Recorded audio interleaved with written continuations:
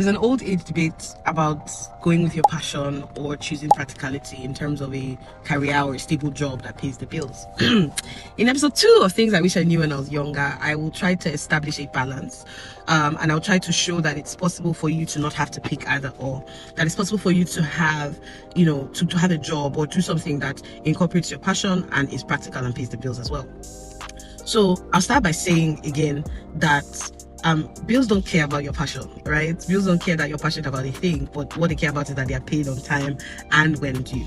And so I'm going to share 4 things that I think can help if you're at a point where you need to make a decision about choosing your passion or getting a stable career or choosing something that's a bit more practical.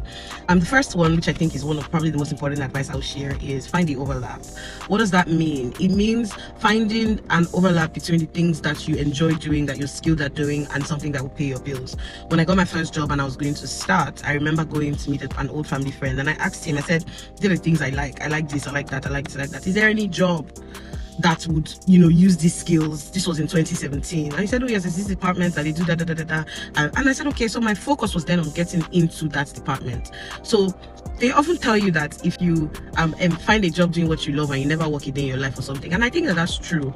Sometimes I don't think that my job feels like a job or like work, because I love what I do, and so it just makes sense that I'm doing it and I'm doing it happily. You may not be as lucky as I was or as people might be to find the overlap. So my second advice to you would then be start small. So your passion may not be paying your bills yet, and you might need to take on a full-time job. Please pardon me. You might need to take on a job, right, that pays the bills. That's okay. Just make sure that you're able to find a balance where you're doing your job that's paying the bills, but you're not also totally abandoning your passion. You're devoting time and energy to it, meanwhile making sure that your job is not suffering. Number 3, you need to learn to develop marketable skills. So passion without skills is just a hobby. So you found people who are passionate about music and have found a way to make money from the business of music. You found people who are passionate about video editing and they found a way to make a business of video editing. Whatever your passion is, be sure that you find a way to create skills around it that then become marketable. Don't expect that people will pay you just because you're passionate about something. No, create a skill around your passion. So the final thing is be flexible, right? What I mean by that is you need to make sure that you're moving with the times. You need to make sure that you're learning. You may not have the same passions in 10 years as you did today rather. So make sure that you're growing with the times. So should you go for passion or should you focus on practicality and paying bills?